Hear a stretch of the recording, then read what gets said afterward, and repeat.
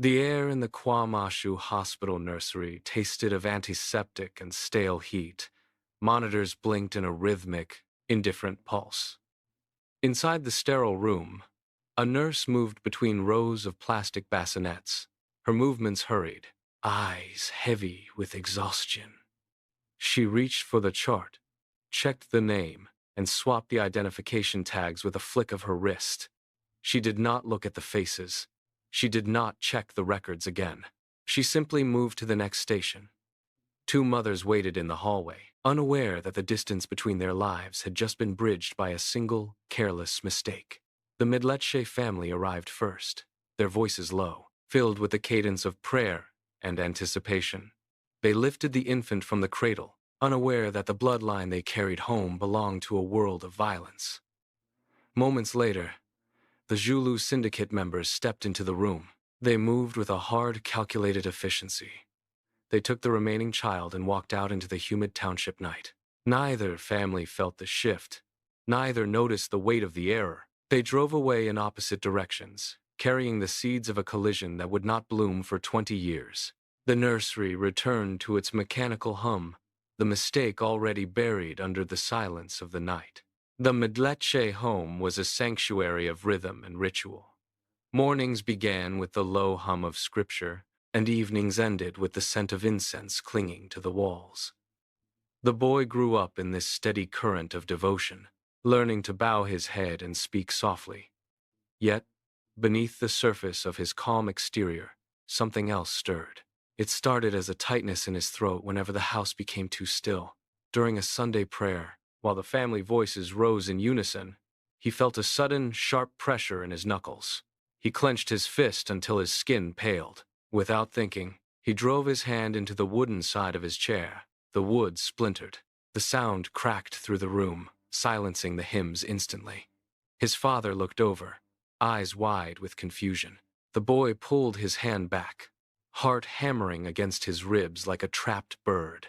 He could not explain the heat that flooded his veins, or the urge to shatter the peace he had been raised to protect. He stared at his trembling hand, the splinters embedded in his palm, and felt a cold, jagged shadow rising within him. He was a product of prayer, but he possessed the instincts of a predator he had never met.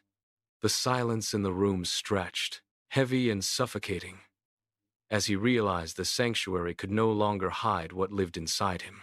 Miles away, the boy raised by the Zulu syndicate lived in a world where authority was measured in the reach of a blade.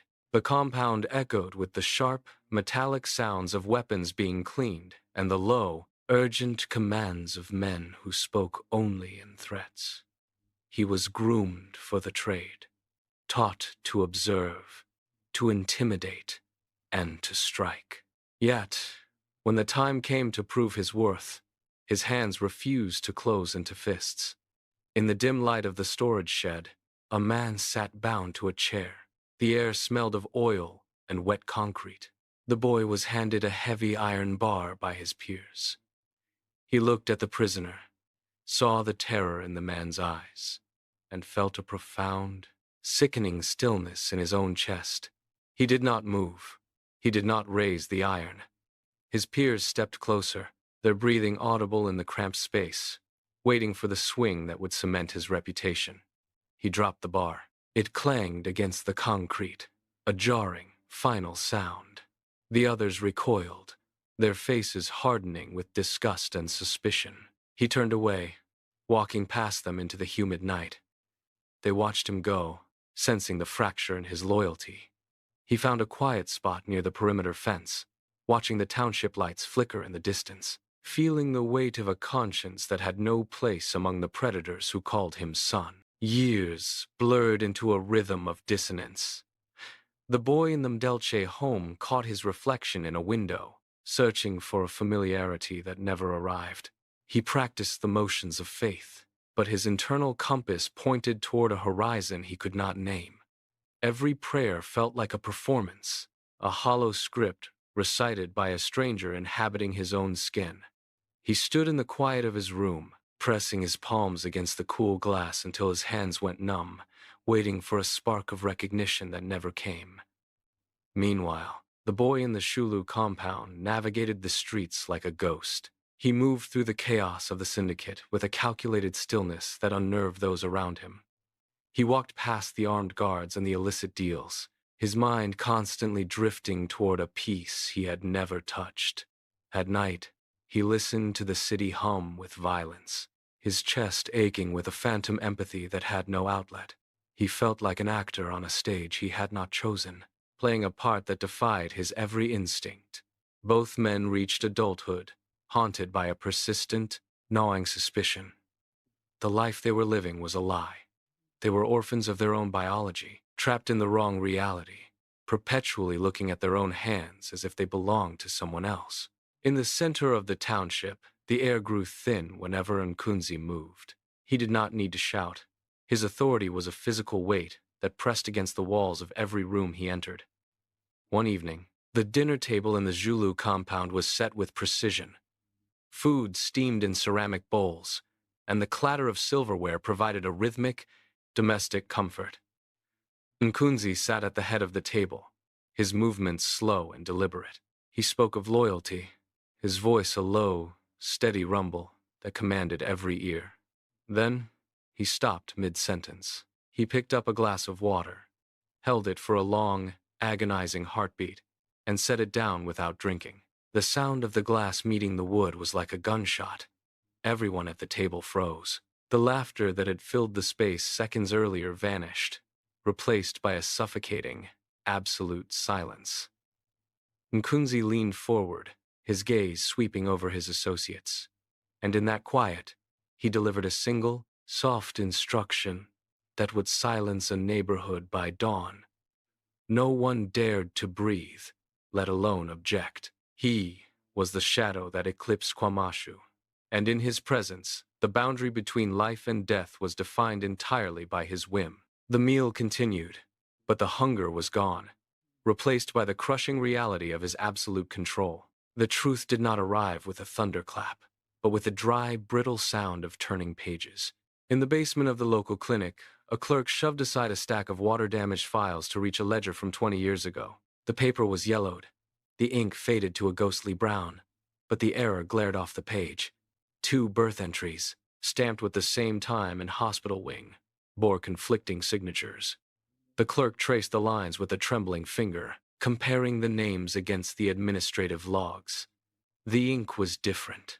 The handwriting did not match the attending nurse's records. He pulled a second file, then a third, the frantic scratching of his pen against the paper, filling the claustrophobic room, heart hammering against his ribs. He realized the discrepancy was not an accident. It was a deliberate, surgical deletion. He slammed the ledger shut, the dust rising in the dim light, like a warning. The silence of the archives felt suddenly predatory. He shoved the documents into a worn leather bag, checked the hallway for shadows, and stepped out into the humid air of Kwamashu. The hunt for answers had begun, and the fragile peace of the Madleche household was already a ticking clock. He knew that what he held in his hands was a detonator, and he had no idea who to trust with the fuse. The documents lay on the wooden kitchen table, a stark, white intrusion in the prayer-filled home. The Madleche parents sat motionless, staring at the ink-stained truth. Every line of the report dismantled 2 decades of devotion. They looked at the boy they had raised, the boy who struggled with a sharp, hidden aggression, and saw for the first time the shadow of his biological lineage. The mother reached out to touch the paper, but her hands stopped, trembling, as if the ink were hot. Faith had been their foundation, but now the floorboards seemed to shift beneath them. They traced the dates, the hospital codes, and the chilling confirmation that their own son had been molded by the brutal hands of the Zulu syndicate. The silence in the house, usually a comfort, now felt heavy with the weight of stolen years. They stood up and walked to the window, looking out at the streets of Kwamashu, but the familiar view offered no solace. The realization hit them with the force of a physical blow. Their son had not been born to violence, but he had been forged by it. They turned back to the table, the documents still waiting. Their trust in the world fractured beyond repair. The peace of their home was gone, replaced by a cold, sharp dread that no prayer could silence. Inside the high-walled compound, the air smelled of burnt rubber and expensive cigars, and Kunzi sat at the head of the table, his eyes fixed on the boy who stood in the center of the room. The boy was supposed to be the heir, the next iron fist of the syndicate. But he had failed the latest test. He had stood before a whimpering informant and refused to pull the trigger. The silence in the room stretched until it felt razor-thin. One of the lieutenants shifted his weight, his hand drifting toward his holster, while another spat on the floor. Nkunzi did not shout. He stood slowly, the leather of his chair creaking in the quiet. He walked toward the boy, stopping inches from his face, looking for the cold spark that should have been there. It was absent. In its place was a quiet, empathetic hesitation that the syndicate viewed as a lethal defect. Nkunzi reached out, gripped the boy by the shoulder, and squeezed hard enough to bruise.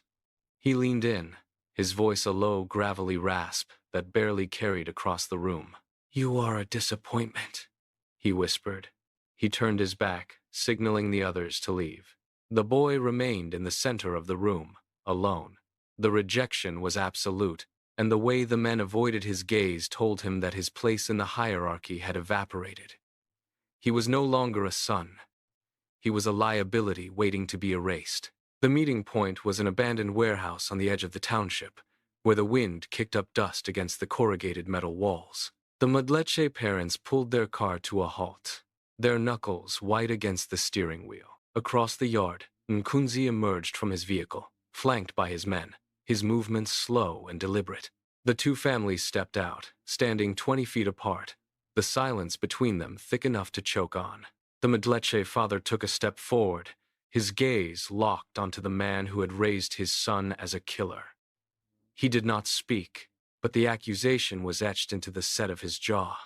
Nkunzi stood still, his hands clasped behind his back, his expression a mask of cold observation. The mother of the Mudleche household pulled her shawl tight, her eyes darting toward the other boy, their biological son, who stood stiffly behind the crime boss. The air felt brittle, as if a single word could shatter the remaining calm. Nkunzi finally broke the silence, his voice cutting through the wind with absolute, chilling authority. "We have much to discuss," he said, his eyes flicking toward the parents. The bridge between the two worlds was burning, and in that moment, the lives they had known for 20 years ceased to exist. They were no longer neighbors or strangers. They were enemies tied by blood and a catastrophic mistake. The boy walked through the front door of the Mudleche home, his breath coming in shallow, jagged gasps. The house was quiet, filled with the scent of floor wax and fresh tea, but the environment felt alien, suffocating. He moved to the kitchen, his hands trembling as he gripped the edge of the wooden table. His mother entered, her face etched with concern, and she reached out to touch his shoulder. He did not think. He reacted. He swung his arm out with a force that sent a glass pitcher flying off the counter. It hit the wall and exploded into a spray of jagged fragments. He stood over the shards, his chest heaving, his fingers curled into white-knuckled fists. He had nearly struck her. He could still feel the phantom weight of the impact in his knuckles, a raw, predatory urge that felt entirely foreign to the boy he thought he was. His mother recoiled, her hand covering her mouth, eyes wide with a sudden, sharp fear that he recognized all too well. He backed away, his heart hammering against his ribs like a trapped animal. He did not wait for her to speak. He turned and sprinted toward his room, slamming the door shut. He collapsed against the wood, staring at his hands, watching them shake with an aggression he could not name but could no longer deny. Nkunzi watched the families depart from the warehouse, his expression unreadable. He did not chase them. He did not shout. He simply waited until the dust settled, then turned to his lead enforcer. He leaned in close, his voice a low, rhythmic rasp that carried further than a shout. He gave a single, precise instruction, his finger tracing a line in the air, as if mapping a surgical strike. The enforcer nodded and vanished into the shadows of the alleyway. Nkunzi stepped back into the street, his pace steady, his shoulders relaxed. He walked through the heart of Kwamashu, and the atmosphere shifted instantly. Vendors pulled their carts back. Children stopped their games and retreated into doorways. He did not have to speak. His presence was a physical weight that pressed against the lungs of everyone he passed. He stopped at a street corner, lighting a cigarette, his eyes scanning the windows above. He saw the curtains twitch fear, sharp and immediate, rippling through the neighborhood. He smiled, a thin, cold movement of the lips, and exhaled a plume of smoke. The information was already moving. The rumors were already taking root. He had not just managed a crisis. He had turned the township into his own instrument, and he was the one holding the blade. The alleyway behind the church was narrow, slick with the evening rain, and smelled of damp earth. A man leaned against the corrugated metal, his eyes darting toward the street entrance every few seconds. He was a shadow in the Zulu inner circle, a familiar face to the boy raised in the criminal underworld. When the Mdletshe patriarch stepped out from the darkness, the man did not hesitate. He moved closer, keeping his voice a jagged whisper that barely rose above the rhythmic drumming of rain on the tin roof. He pulled a folded sheet of paper from his pocket and pressed it into the older man's palm.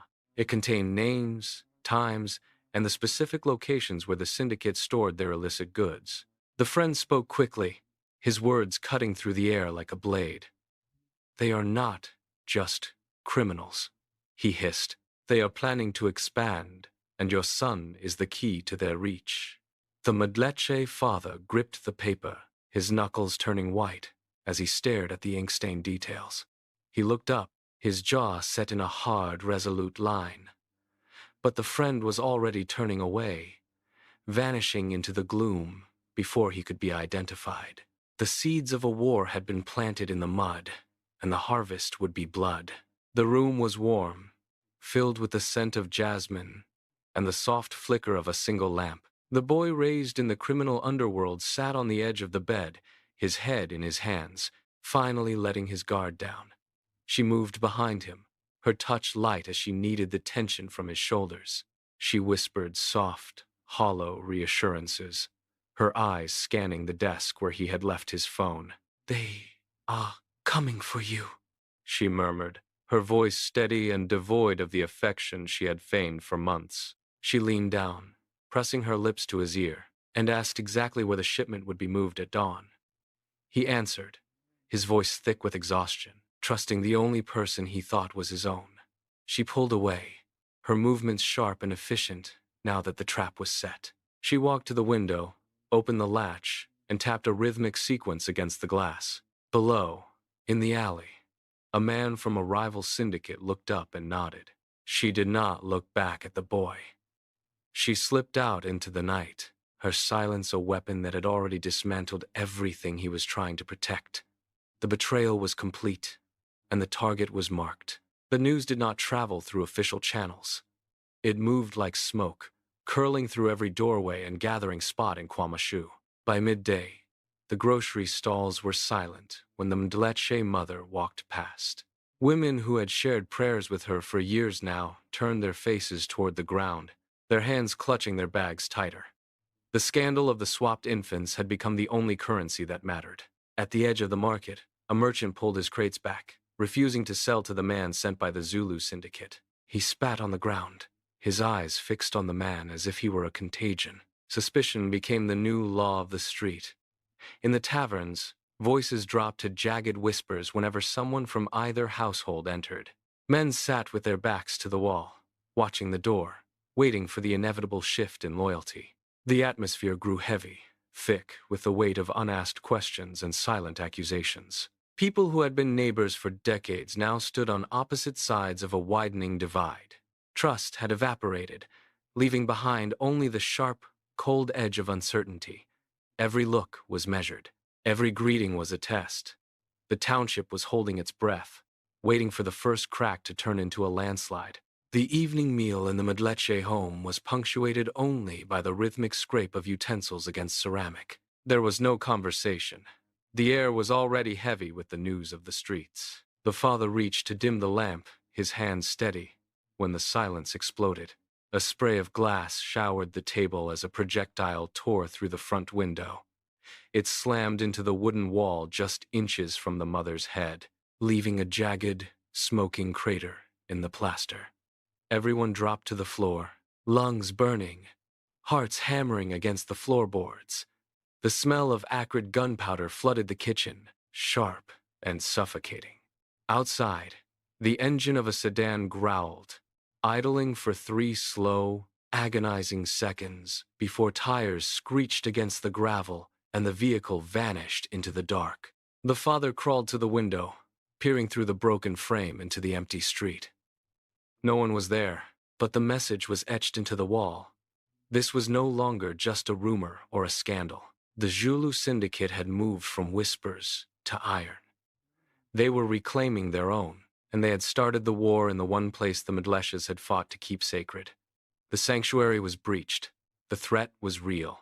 Nkunzi sat behind the heavy desk, his fingers drumming a slow, steady rhythm on the polished wood. The room was deathly quiet. He gestured toward the center of the floor, where a man lay bound and gagged, his eyes darting wildly in the dim light. Nkunzi pushed a pistol across the desk. It slid to a halt, the cold steel catching the glint of the overhead lamp. He did not raise his voice. He did not have to. He simply watched, waiting for the boy he had raised to finally prove his worth. Loyalty is not a feeling, Nkunzi said, his gaze fixed and unblinking. It is a debt paid in blood. Prove whose son you are. The boy stood motionless, his hands clenching at his sides. He looked at the weapon, then at the man on the floor, who began to thrash against his ropes in a frantic, muffled plea for mercy. The weight of the moment pressed down, suffocating and absolute. If he refused, the syndicate would turn on him. If he pulled the trigger, the last shred of his conscience would be gone. He reached for the gun. The metal felt like ice against his palm. Nkunzi leaned back, his expression unreadable, watching the boy hover on the edge of a decision that would define his soul. The informant did not look up when the heavy door groaned open. He was slumped in the chair, his face a map of fresh bruises and dried blood. Nkunzi did not waste time with questions. He walked to the corner of the room, picked up a heavy metal wrench, and dropped it onto the concrete floor. The clang echoed like a gunshot.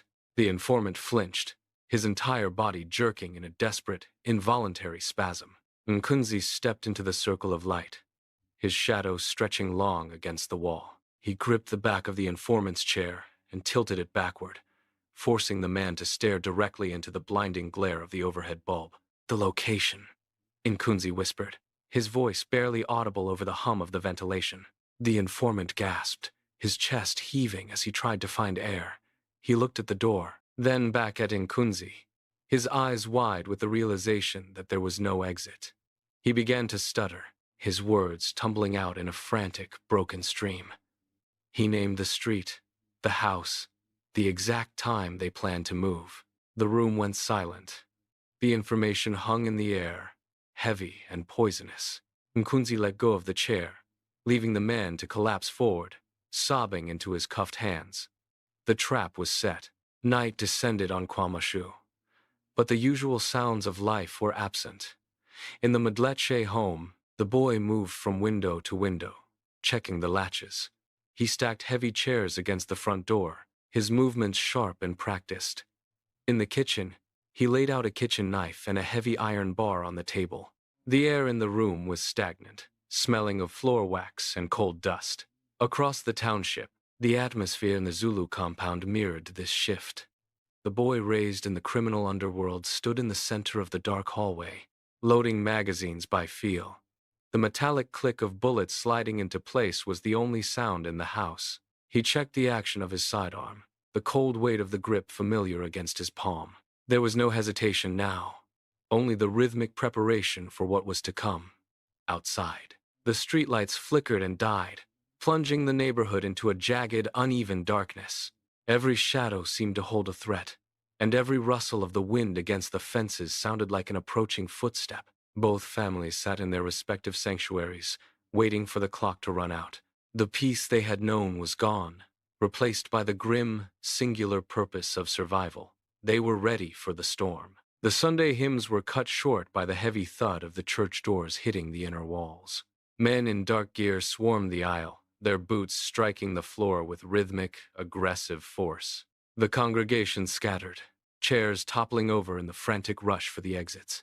At the pulpit, the church boy stood frozen for a heartbeat, watching the sanctity of the space dissolve into dust and noise. Glass from a shattered window rained down, slicing through the air. One of the raiders lunged toward him, grabbing his shoulder with a gloved hand. The contact triggered something deep inside. The boy did not retreat. He gripped the man's wrist, twisted with a sudden sharp torque, and slammed his elbow into the attacker's temple. The man collapsed, falling limp against the altar. The boy stood over him, his breathing ragged, his eyes scanning the room not with fear, but with a cold, focused intent. He reached for a heavy wooden candle stand, his knuckles white as he tightened his grip.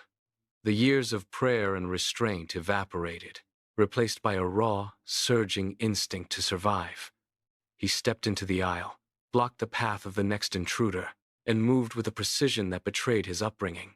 The sanctuary became a battlefield. Smoke curled through the rafters, thick and acrid, blurring the edges of the ruined chapel. The church boy stepped over a fallen bench, his chest heaving, the heavy wooden stand still gripped in his hand. From the haze of the vestibule, a shadow detached itself.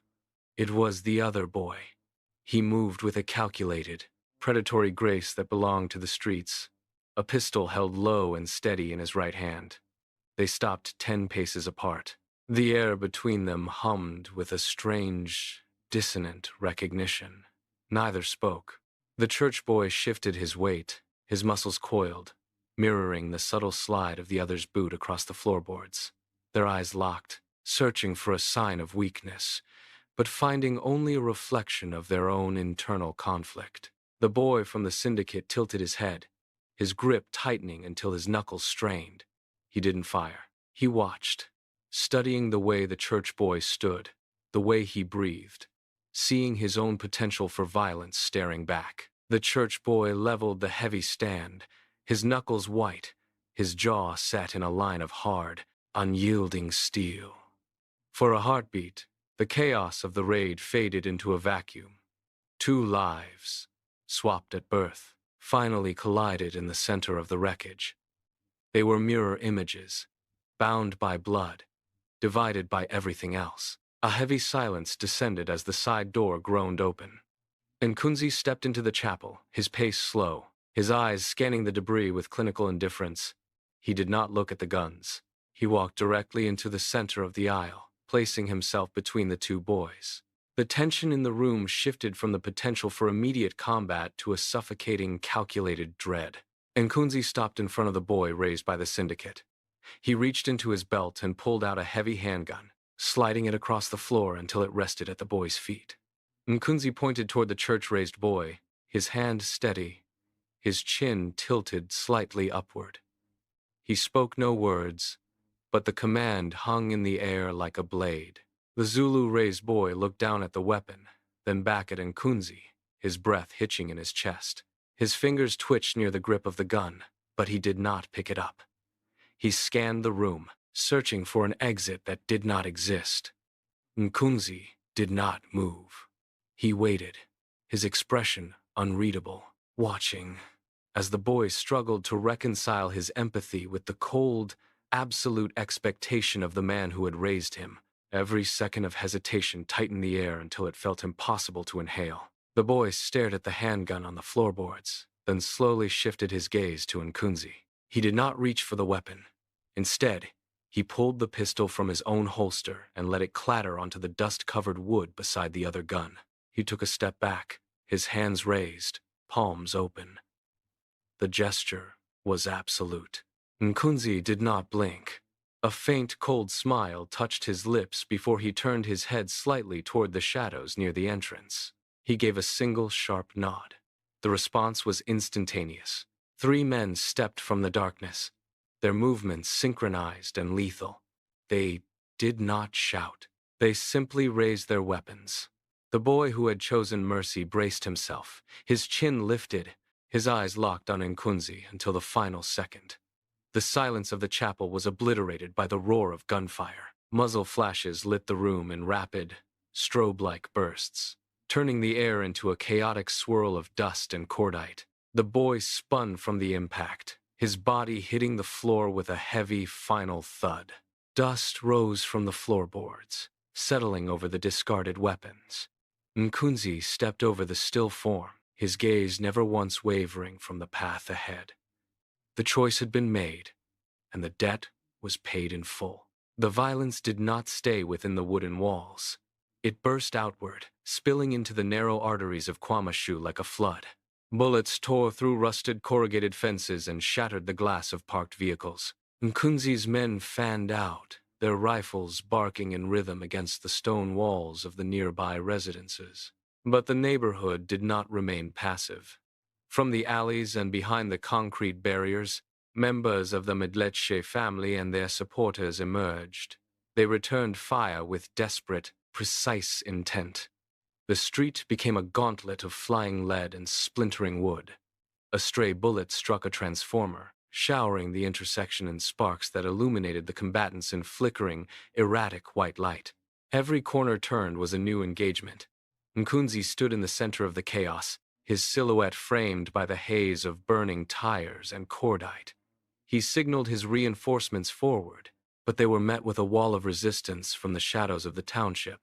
The air grew thick with the smell of scorched earth and spent shells. There was no longer a clear front line. The struggle for power had stripped away all order, leaving only the raw, kinetic momentum of a war that had been decades in the making. The Medleche-raised boy was pressed against a brick wall, his breath coming in ragged gasps. He had nowhere left to run. Across the intersection, one of Nkunzi's men raised a rifle, the barrel tracking the boy's position with clinical precision. The father saw the movement from 30 feet away. He did not hesitate. He pushed off the ground, sprinting into the open expanse of the street, his boots sliding against the loose gravel. The gunman shifted his aim, but the father was already in motion, his body angling to block the line of sight. The air hissed as bullets cut through the space where the father had stood seconds before. He dove, his weight slamming into the boy, driving him behind the solid cover of a concrete pillar. The force of the impact knocked the wind from them both. As the dust settled, the father slumped, his strength failing as he pressed his hand against the wound in his side. The frantic rhythm of the surrounding gunfire faltered. The man who had chased the boy let his rifle barrel dip. For 5 seconds, the only sound was the crackle of a distant fire and the heavy, uneven breathing of the two men huddled in the shadow of the pillar. The carnage had reached a standstill, anchored by the stillness of the fallen father. The silence shattered as the two boys moved in tandem. They did not speak. They did not need to. One surged from the left, using the debris as cover, while the other provided suppressing fire that forced Nkunzi to retreat into the narrow mouth of a dead-end alley. Nkunzi snarled, his hand reaching for his sidearm, but his movements were sluggish, hindered by his own arrogance. He had spent decades watching others fear him, and he had forgotten how to fight from a position of weakness. The Zulu-raised boy slid across the dirt, kicking away the discarded weapon before Nkunzi could level it. Simultaneously, the Mdleche-raised boy lunged, driving his shoulder into Nkunzi's midsection and pinning him against the corrugated metal wall. The kingpin's absolute authority dissolved under the weight of 2 sets of hands that had been molded by his own legacy of violence. They stripped him of his leverage, turning his own aggressive tactics back against him. Nkunzi gasped as his grip on the township slipped. He was no longer a shadow king. He was a cornered man, trapped by the very sons he had once treated as pawns.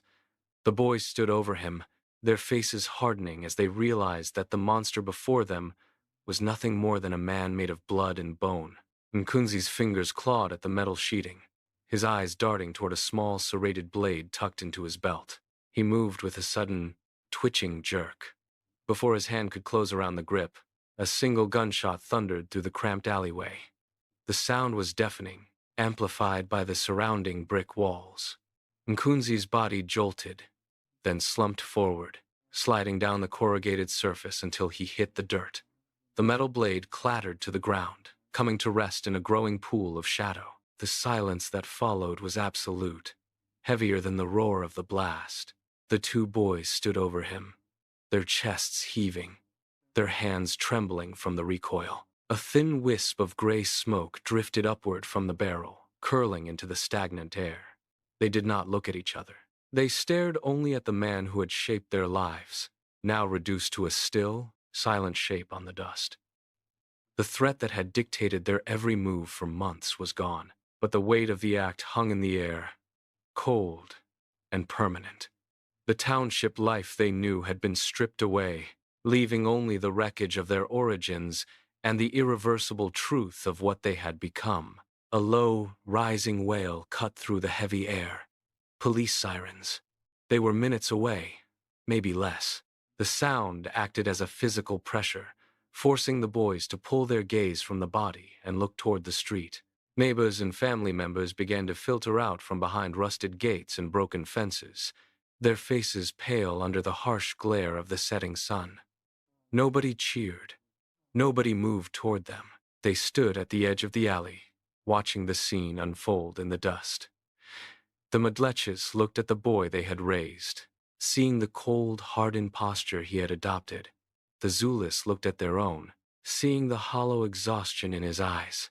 There was no joy in this victory. The ground was littered with broken glass and spent casings, a physical map of the chaos that had consumed their lives. The two boys stood shoulder to shoulder, their boots caked in the same blood-stained earth. They were alive, but the identities they had fought to reclaim were now obscured by the wreckage. As the flashing lights began to paint the brickwork in rhythmic pulses of red and blue, the families stood motionless, the crushing weight of the truth settling into the dust around them.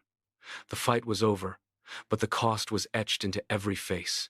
The flashing lights faded as the police cordoned off the alley, leaving the families to the quiet, grueling work of clearing the debris.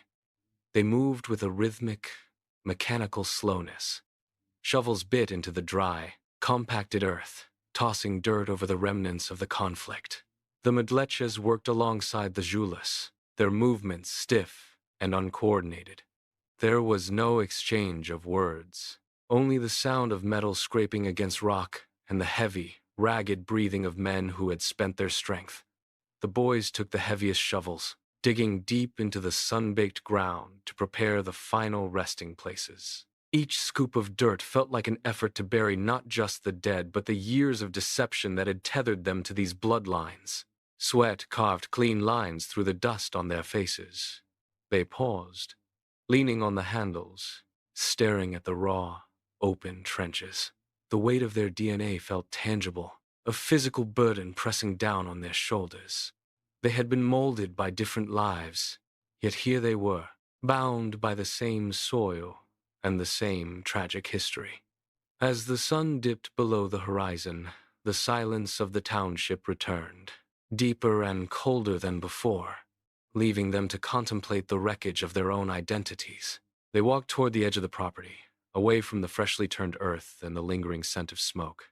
The township hummed in the distance, oblivious to the quiet finality of the conversation. One boy stopped by the gate, his hand gripping the cold iron.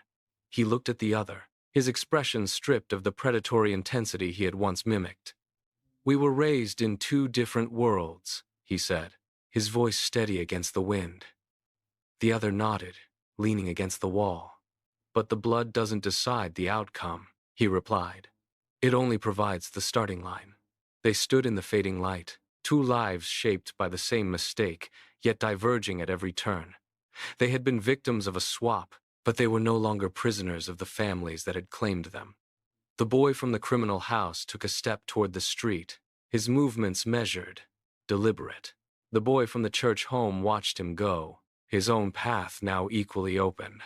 They had no shared future, but they shared the knowledge that their next step belonged solely to them. They turned away from the gravesite, leaving the past buried in the dust, and stepped into the cooling evening. The choice was theirs to make, and they began to walk. The sun sets behind the hills, casting long, jagged shadows across the corrugated rooftops of Kwamashu. From above, the township looks like a labyrinth, a sprawling grid of life and struggle packed into a narrow valley. Smoke rises from cooking fires, drifting into the cooling air to mingle with the dust of the streets. This place is indifferent to the names of the families who walk its paths. It has seen countless lives begin and end, and it will remain long after the current grievances are forgotten. The streets are still busy. People move from work to home, their rhythms dictated by the necessity of survival. The wind carries the sound of distant music, a sharp contrast to the quiet, heavy soil where the past was just laid to rest. Everything here is built on layers of history, on mistakes made in silence and choices carved in the stone of daily existence. As the lights begin to flicker on, one by one, the vast, interconnected network of homes presents the same enduring puzzle. Are we merely the biological blueprints we carry from birth, or are we the sum of every hardship and kindness we encounter? The story of the two boys remains etched into the concrete of these streets, a testament to the reality that in this place, blood may start the narrative, but every choice writes the ending.